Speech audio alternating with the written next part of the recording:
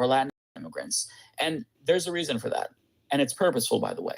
But what a lot of Americans don't realize is that it is almost impossible to do it the right way because our immigration system is completely fucking broken. And I don't think even liberals understand or leftists understand just how bad it is. Take it from my friend Olamide Olorin, who's an attorney, and she's also a Bahamian immigrant. Now, on a past episode of Leftist Mafia, she gave us just a glimpse into what she's been dealing with as an immigrant herself and how impossible it is to navigate the American immigration system and how costly it is. Listen to what she has to say. Nobody. Before we do that, I want to show you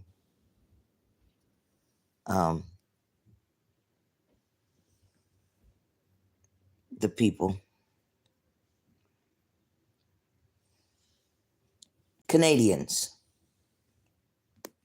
Nobody wants to be in a country as a second-class citizen. Nobody. There is nobody that has the ability to apply to become a citizen or to have a work visa or a green card or these things the lawful way, and they are just choosing not to do it. They are literally not eligible. That is what America's immigration system, not only one, have they created an immigration system that mirrors a criminal system that doesn't need to, because I know it's hard to think about it because that's all you ever see is a world where they detain people and that doesn't make sense. Why are people becoming criminalized based on what should just be this is paperwork. This is immigration stuff. It doesn't have to be a criminal situation, but they make it that, and they make it that for specific populations because you ain't never seen no bunch of Italians at the border or being in no detention images or blah blah blah. Or heard about a large what? You don't hear that. You don't hear that. But you hear, but whenever you see these pictures, they can't wait to show all these pictures of the Haitians being chased on horseback and being whipped and all kind of Hispanic people in cages and stuff, because that's what it really, really is about, is keeping these specific populations out. And also, we don't talk about how expensive the immigration system is. The costs associated with immigration applications and all these things are astronomical. You don't get them back.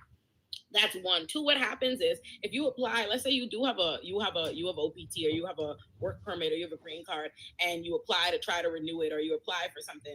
Once you apply for the thing, you're not allowed to, once your thing expires, you can't work, right? You can't work and earn money until this thing gets approved. But you're not allowed to go to your own country, to go back to your own countries, because they will consider your application abandoned, get rid of it, keep the money, but you can't stay in the country and afford to be here and apply for those things. You see how all these different ways is set up to make it impossible. And then on top of that, just legally navigate.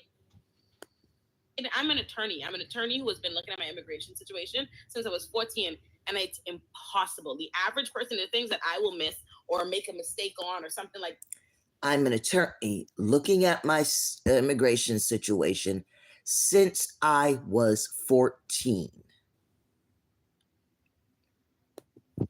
The average person can't navigate that. They can't afford it. It costs so much money.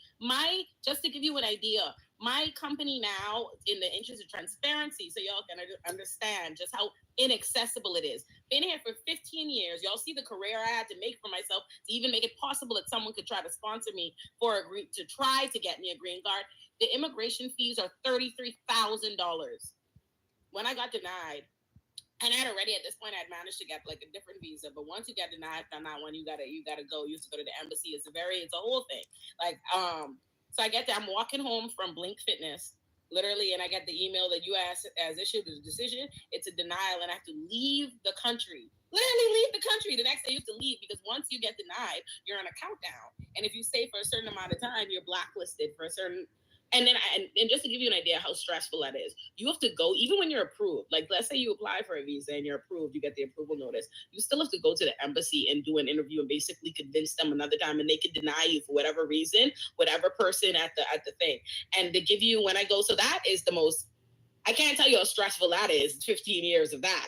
And then you go, this last time when I went to go get my visa, this lady is this old Bahamian lady in front of me who had been living in the U.S. for a long time. She had a green card and she didn't understand the immigration rules or whatever it is. She thought she had to come to the embassy in order to apply. They tell her she needed to do it this time or not this time or come in person. Either way, they tell her no, she can't get it and she can't go back into the U.S. The woman has lived. This is an old lady who has lived in the U.S. for in Florida for 30 years, has a home there, dog there, and they're like.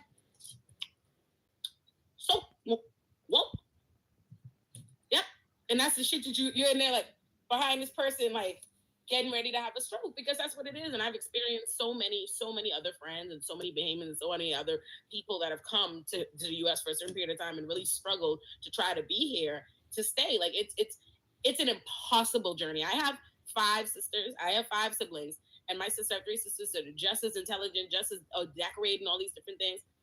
My sister Dawn, who's my doctor equivalent, couldn't go to US med school because it's impossible, because the standards for international students, like that, on average, they will only let like 3 to 7 international students into a class, because what's the point if they're not going to be able to get employed after? No one wants to employ them because no one wants to take on the sponsorship of them, so it makes it that much harder to even get into the schools. And for me to be able to get a job, for me to make myself competitive, the fact that I'm still in America, I worked 6 legal jobs in law school, when the average law student, you could only work 1. That's how stressful those are, but you'll make a lot of money. So I had to work a job. I worked 6 like demanding law jobs that would pay you, but I can't accept the pay because it'll violate the terms of my visa. So I'm broke. I'm working to death just to make myself far more competitive than everybody else, so that I could still be sitting here talking to you all today. So in conclusion, our immigration system is arbitrary. There's no clear and concise standards. It's overtly racist, and it's fundamentally broken overall. And the only reason why Ole is in a position to now apply for a green card is because she became a public figure. Do you think that that's something that most immigrants will be able to achieve? Of course not. So a large number of undocumented immigrants, that's the result of our system. It's not their fault. That's our fault. That's the fault of our system. Because when you make getting a green card nearly impossible and provide no pathway to citizenship to people who've been here since they were children, what do you expect? So obviously we need immigration reform so people can do things the right way. But when it comes to people who weren't able to do it the right way, well, what do we do about them? We grant them amnesty. That's what we do. We let them stay, and we give them a clear path to citizenship, because that's the right thing to do. They're Americans. They've made lives here. They have friends here. They have jobs here. They contribute to the economy. They pay taxes. They should be citizens. Now, if you think that... Now, this is the foolishness that somebody like him would say. Just let them stay. They broke the law and came here, but they've been a really good person and a really good citizen, so just let them stay. It is impossible. It is impossible. Look at his eyes. He really means this. It is impossible to take everyone who has come from all over the world and allow them to stay here by just wiping it away and giving them amnesty. We don't have the resources. Do people understand that? Like, you think America has unlimited resources on housing, clothing, food, space, our piping system? We cannot let everybody who came here illegally, who stayed here, just give them amnesty. You're out of your mind. And this is why there's always an argument between the left and the right, and I'm sick of it. You don't belong here. Nobody cares if you stayed here 30 years and you didn't become a legal citizen. But as president, that's outrageous, then I have a place for them to go. A lot of them can't go back home. A lot of them don't want to go back home. But I have a plan and a place for them that is fair. So you guys can keep, you Republicans, like this one right here. He's a Trump supporter. He doesn't even want, he's about to leave and go back to Canada. Look at this. But y'all love Trump. You love him. You out there voting for him, and now he talking about kicking you out. But you're a Trump supporter, and find out that you're not even a legal citizen. And you've been supporting somebody who's been trying to deport you and your family. But just because you didn't know that you weren't a legal citizen. It doesn't matter. Now, if you listen to people like this guy right here, y'all all should just stay. All 11 million of y'all should just stay here. Stay here and do what? Stay here and go where? Every time you let an illegal person come into the United States and stay, you're taking away the resources from a person who legally came here and from the American citizens who belong here. And people don't want to hear it. And people think have, empathy and sympathy. Fine, have empathy and sympathy. But they're replacing Americans in the jobs, in our resources. Everything is higher because they're here. So it's you can't let everybody from all over the world come here and stay because they came here legally or they came here accidentally. It can't happen. There's not enough resources. I just wanted to put that out there. Have a good day.